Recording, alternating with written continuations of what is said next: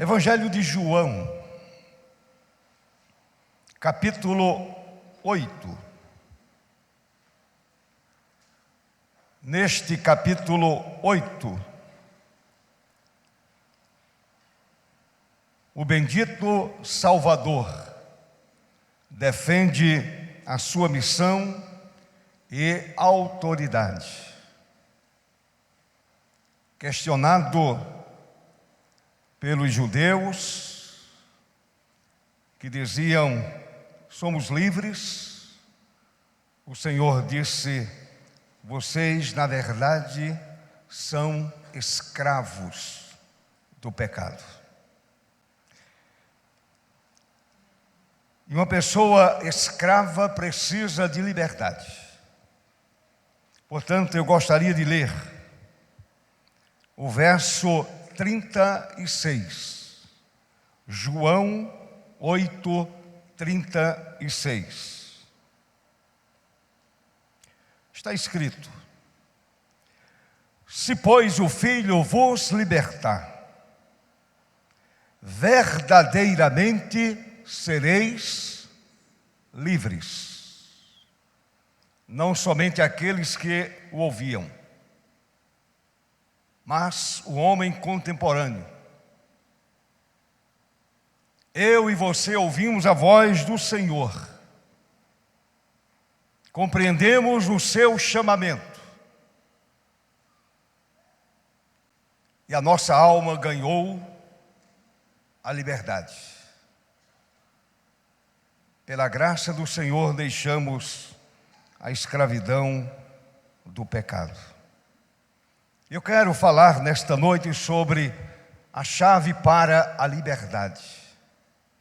Evidentemente, a chave para a liberdade é o Messias, é Jesus, é o glorioso Salvador. Curve a sua cabeça, meu irmão,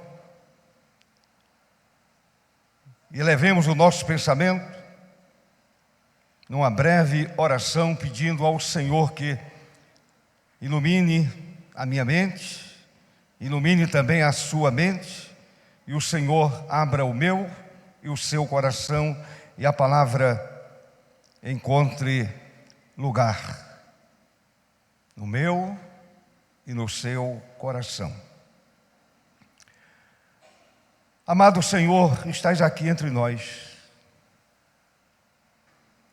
Esta é a verdade bíblica. E diante do Senhor nós nos curvamos e suplicamos humildemente, como acabamos de cantar: quebranta-nos. Ó Espírito do Deus Trino, quebranta-nos. Transforma-nos para a glória, para o louvor do teu próprio nome. E conduz a tua palavra como tu queres. O Santo Espírito tenha liberdade para falar ao coração e para ministrar segundo a vontade soberana do Senhor. É assim, ó Deus, que oro e já agradeço pelos méritos do amado e bendito Redentor. Aleluia. Amém. Amém. Meu querido irmão,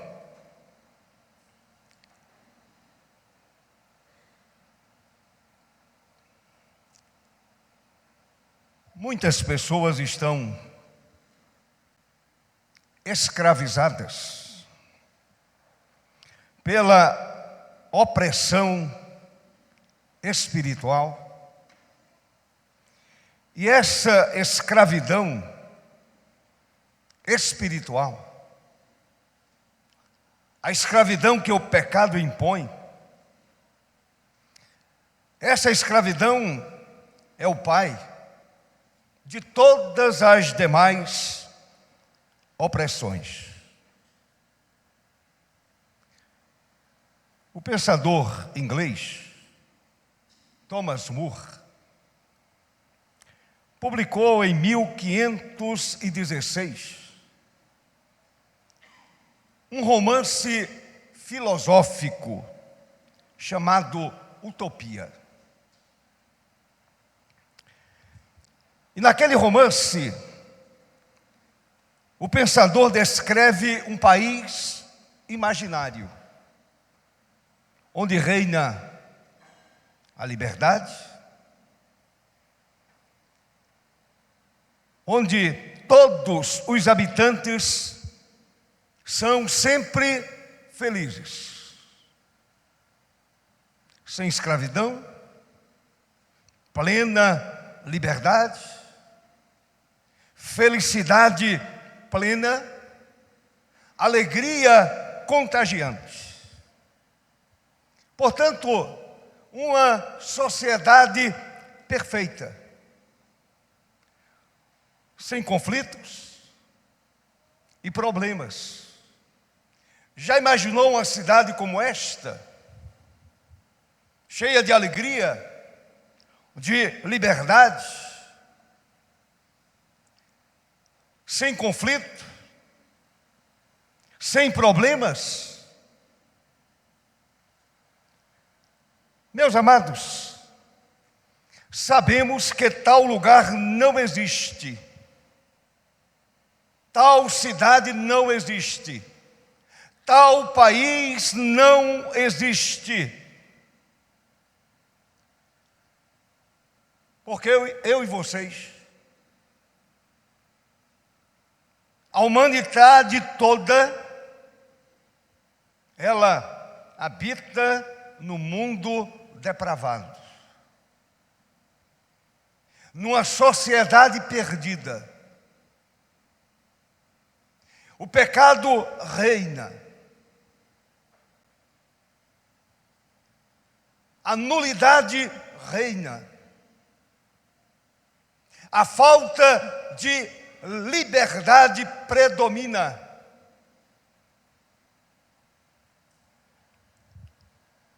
O nosso mundo é depravado, violento. Aí estão as guerras. Aí estão as guerras urbanas. Mundo violento, corrupto. Agora, meus amados, a palavra do Senhor nos fala de um lugar exatamente assim.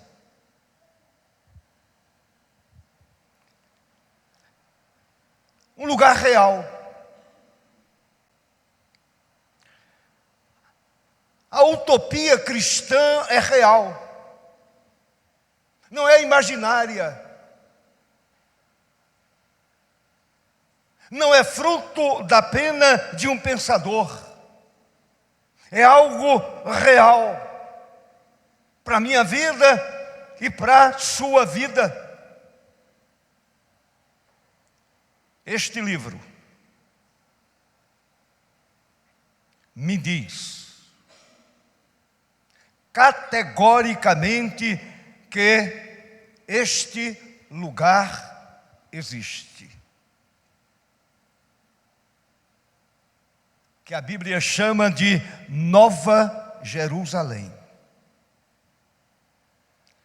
Ali não haverá mais guerra, ali não haverá mais ódio, não haverá racismo, não haverá opressão, não haverá tirania, dor, sofrimento e o derramamento de lágrimas. Porque aquele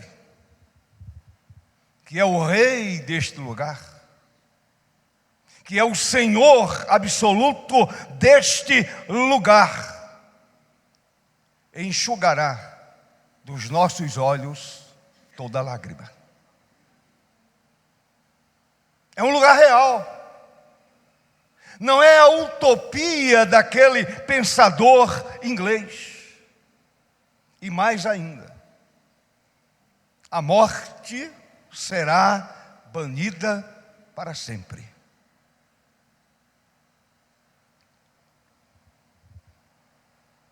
Então, meus amados, para o crente, para aquele que está em Cristo Jesus, a liberdade espiritual é iniciada na relação pessoal com Jesus. Relação que começa exatamente aqui na terra. Ele se relaciona comigo e eu me relaciono com ele.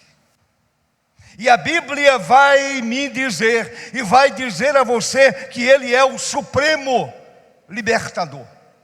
Ele é a chave para a liberdade. Aliás, Jesus é a chave para tudo. O Filho de Deus é essa chave para uma vida livre, para uma vida feliz, para uma vida abençoada. Jesus é a chave para essa bendita e maravilhosa liberdade. Sabemos que a opressão espiritual, a opressão da alma, da mente, é pior do que a escravatura de um povo sobre o outro.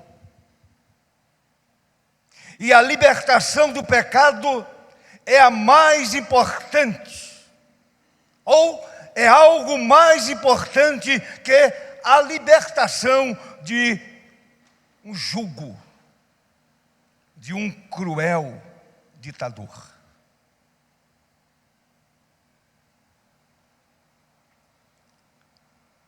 Eu vou dar pelo menos 2 ou 3 exemplos.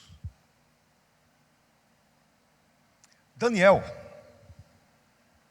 na cova dos leões,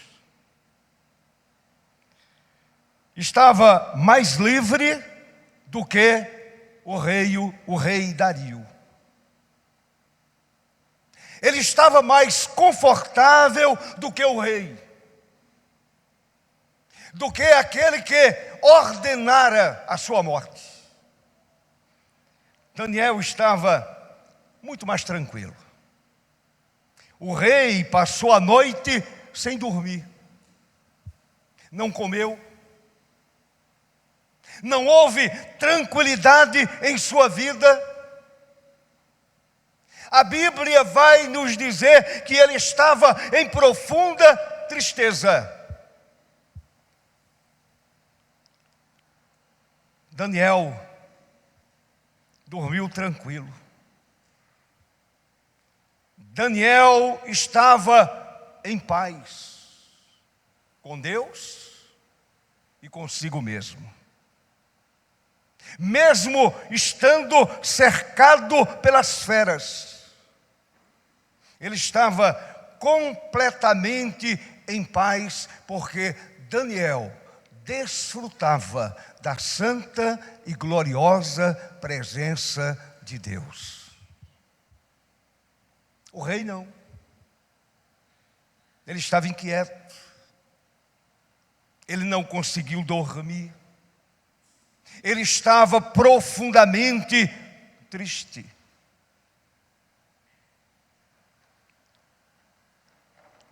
Quando Nero,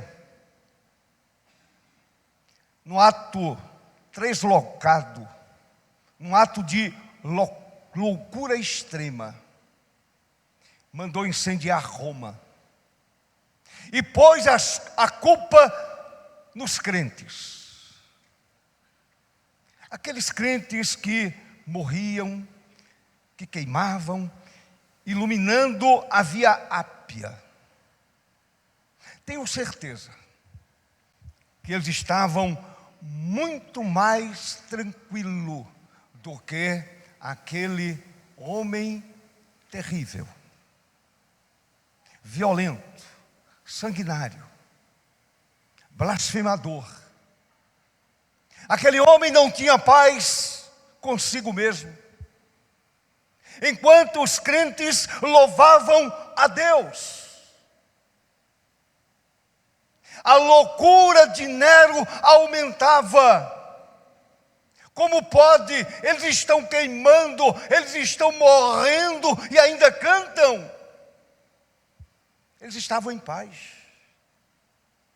Estavam em paz com Deus. A presença do Senhor era real na vida daqueles homens e mulheres que morriam como mártires do cristianismo. Outro exemplo, João, o apóstolo João. Apesar de estar preso numa ilha solitária, chamada Pátimos, João gozava plena liberdade.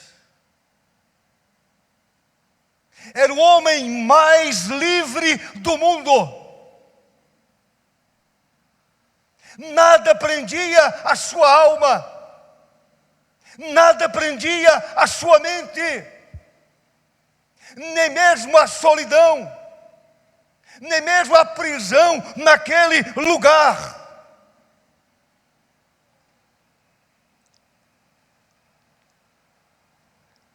Ele gozava plena liberdade.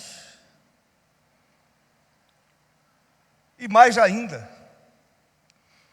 ele via a glória de Jesus. E João recebeu visões preciosas. O Senhor visitava a sua alma, visitava a sua vida.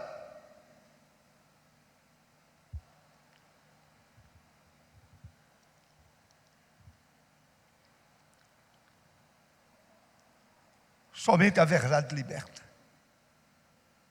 João conheceu a verdade. João caminhou com a verdade. E ele estava em paz, gozava plena liberdade. Deixe-me dizer algo a você nesta noite.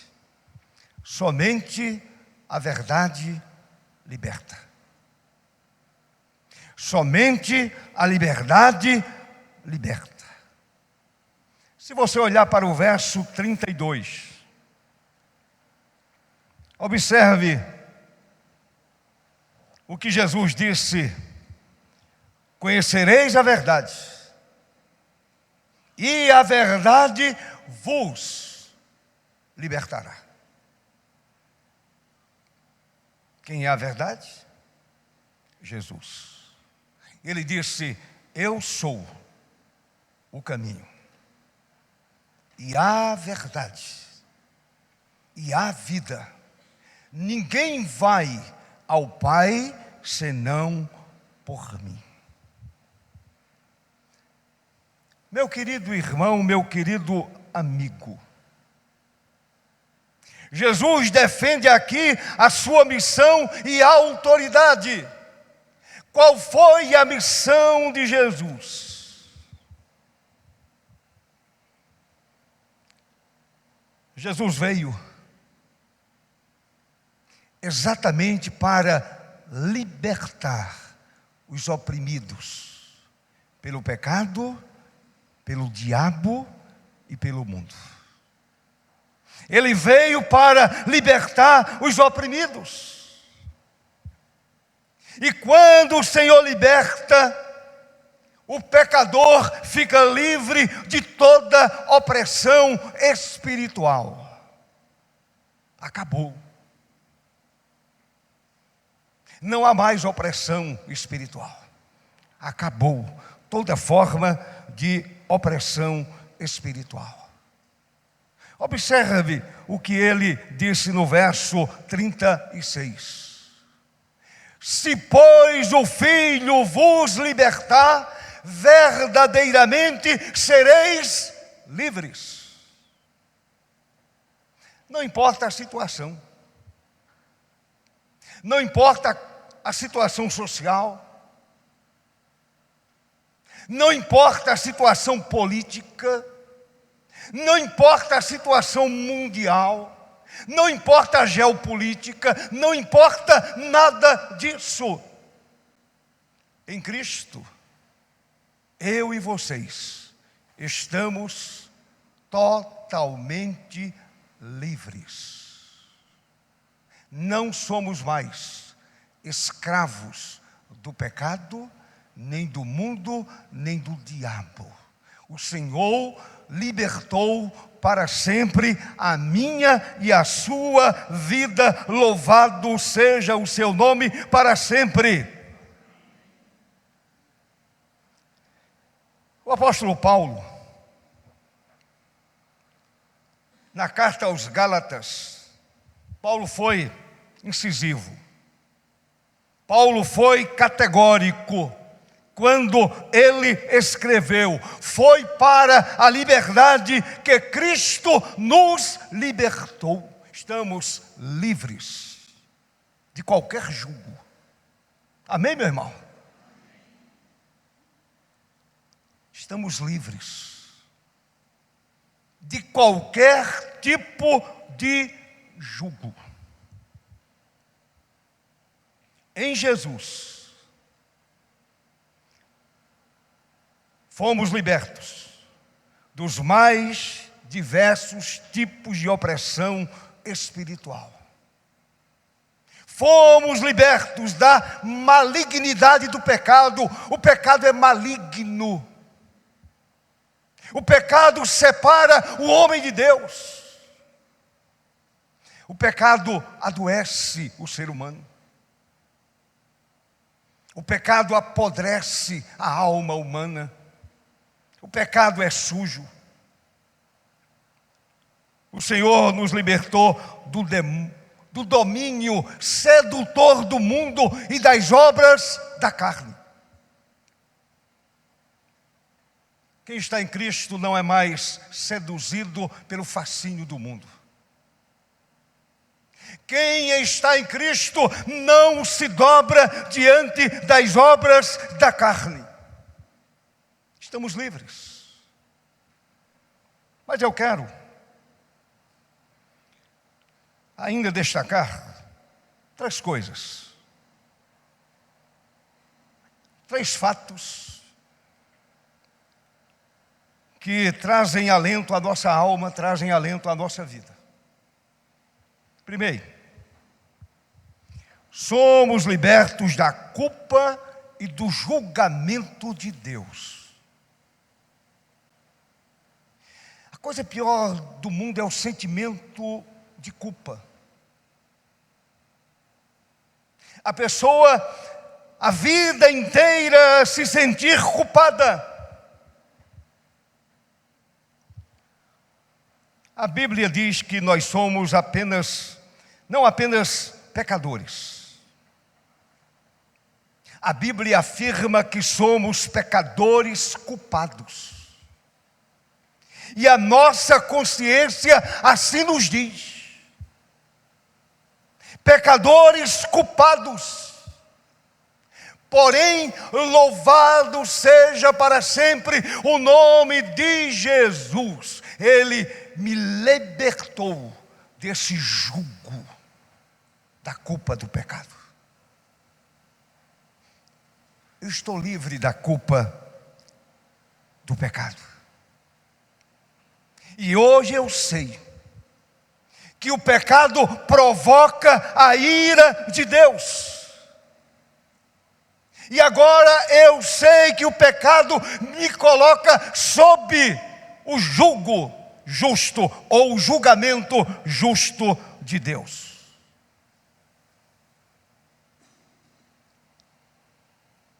Eu sou pecador.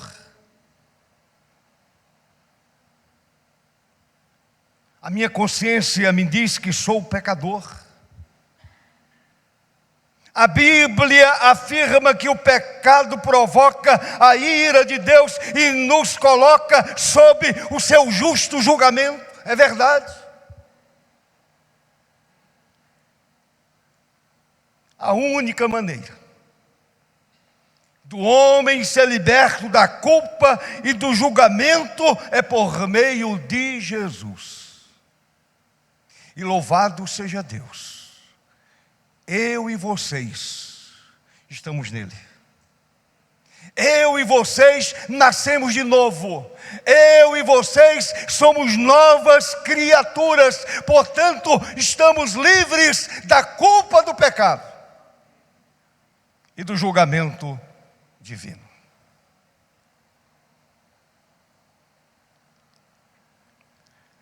Quando Cristo entrou em nosso mundo, Ele tornou-se um de nós, excetuando-se o pecado.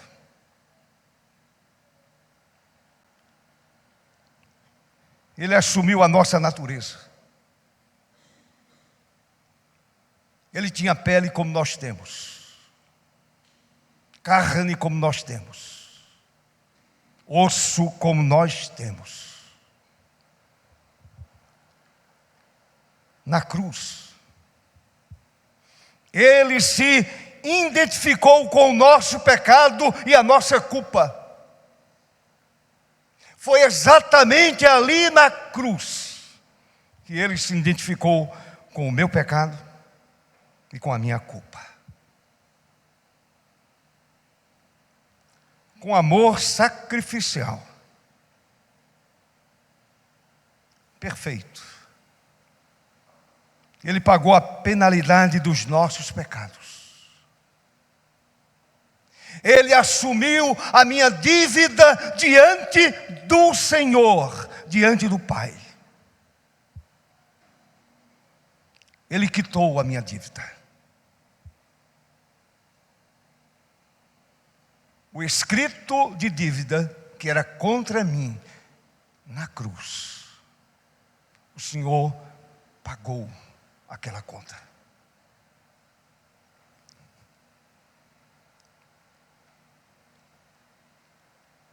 Nós merecíamos morrer.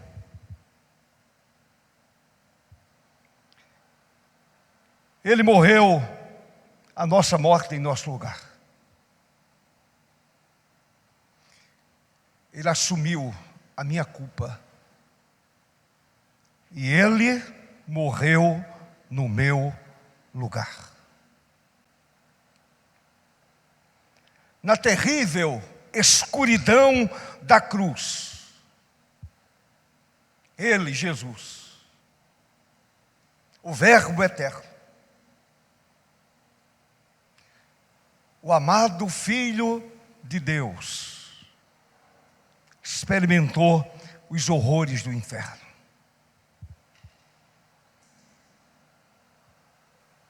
A fim de que pudéssemos ir para o céu. Experimentou o horror da morte, o horror do inferno, o horror da separação do Pai, a fim de que eu e você tivéssemos a convicção de que um dia estaremos no céu, contemplando a face bendita do eterno Salvador. Amém, meu irmão? É preciso, deixe-me dizer isto a você. É preciso ter um coração duro e petrificado para não ser tocado por um amor tão cativante. É muita dureza de coração quando o homem escuta que ali na cruz Jesus pagou a sua culpa e o livrou do julgamento de Deus. E mesmo assim, esse homem continua de coração duro, de coração petrificado. rejeitando a oferta final e definitiva de Deus. É muita dureza. Coração petrificado. Coração duro como mármore. Um coração completamente perdido. Uma vida completamente perdida. Esquece de olhar para a cruz e de perceber o glorioso amor de Deus, porque Deus amou ao mundo de tal maneira que deu, e Ele deu Jesus, para livrar o homem da culpa e do julgamento de Deus. Se, pois, o Filho vos libertar, verdadeiramente sereis livres. Livres da culpa pessoal, livres do julgamento de Deus. Segundo lugar, em Cristo, pela liberdade que Ele nos deu, somos livres do cativeiro opressor de nossa própria autocentralidade. Nossa própria autocentralidade. Pecado é o eu entronizado no coração.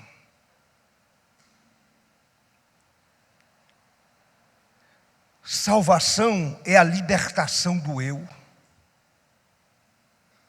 da minha própria centralidade. O pecado é uma afirmação rebelde de mim mesmo contra o amor e a autoridade de Deus. Vou repetir. O pecado é uma afirmação rebelde de mim mesmo contra o amor e a autoridade de Deus e contra o bem-estar do meu próximo. Pecado é exatamente isto.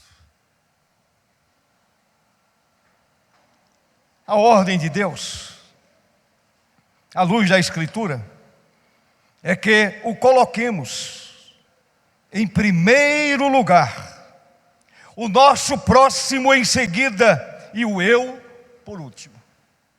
Portanto, Jesus veio para nos libertar desta autocentralidade. É a morte do eu, é a morte da minha própria vontade. Eu agora começo a amar a Deus acima de todas as coisas, e ao próximo como a mim mesmo. O pecado é precisamente o reverso da ordem.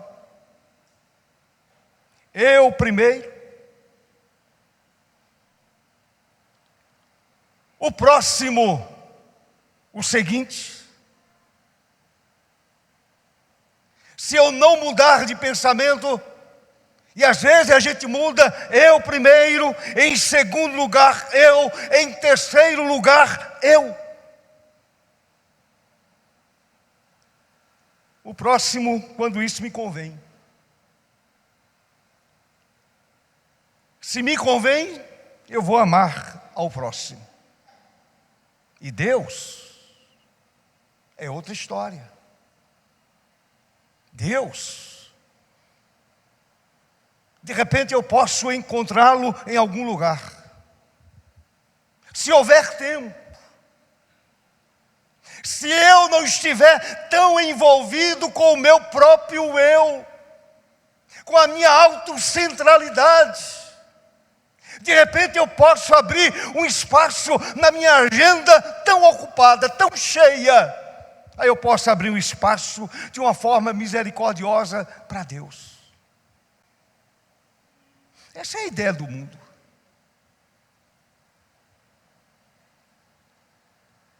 Só há uma maneira de uma pessoa se livrar dessa prisão ou escravidão.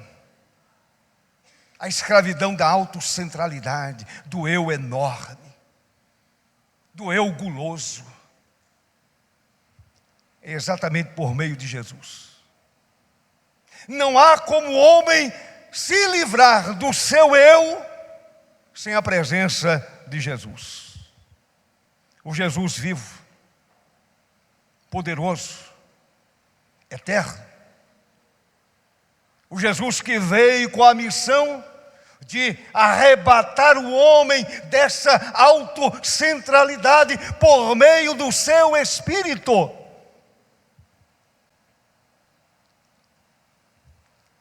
E quando o Senhor destrona o nosso eu, quando soberanamente Ele destrona o nosso eu, Ele se estabelece na nossa alma, no nosso coração, como um rei permanente. Somente assim a nossa vontade é subjugada. É quando o Senhor está entronizado na alma, é quando Ele está entronizado no coração.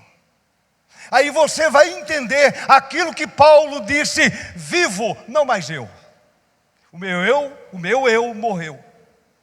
A autocentralidade foi embora. Agora Cristo vive em mim. Agora deixe-me esclarecer uma coisa. Esclarecer algo importante. Não estou afirmando que haja uma libertação completa de nossa autocentralidade. Mas estou defendendo que há uma transformação substancial do eu para o não eu. Há uma transformação do eu para o não eu. Eu agora entendo que Jesus tem a primazia. Ele é o meu rei, Ele é o meu Senhor, Ele é o meu Salvador. É verdade que vez por outra o eu se apresenta. Mas quem está em Cristo diz para o eu: volte para o seu lugar. Se, pois, o Filho vos libertar, verdadeiramente sereis livres. Em terceiro e último lugar, Jesus veio para nos libertar. E pela sua graça, somos livres de nosso maior temor. Muitas pessoas ficam aterrorizadas pelo medo. E há aqueles temores comuns que sempre flagelam a humanidade. Medo de enfermidades, medo da dor, medo da invalidez, medo da incapacidade, medo do desemprego, medo das dificuldades financeiras e das privações. São medos comuns, que povoam as mentes e os corações. E há também os temores irracionais e supersticiosos. Cruzar os dedos, bater na madeira e assim por diante. São medos, superstições, que metem medo nas pessoas. Porém, quero mencionar de modo especial o medo da morte, que apavora, que preocupa. O medo da morte.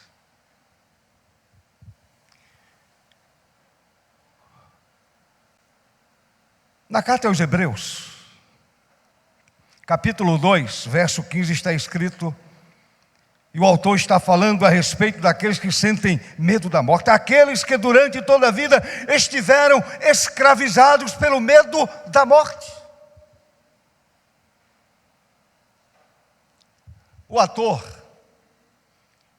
e diretor de cinema, Woody Allen, sempre foi consumido pelo terror da morte.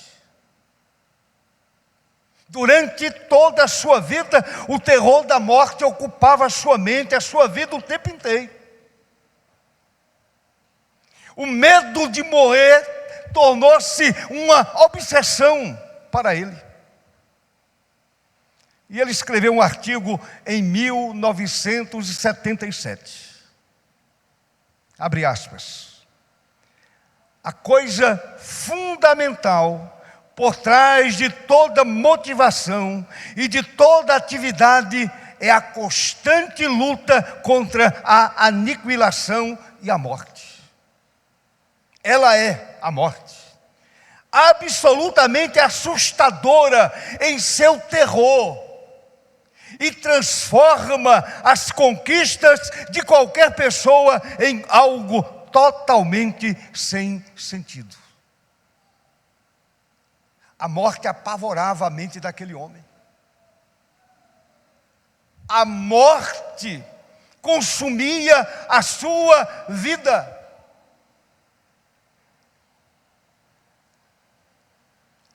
Bertrand Russell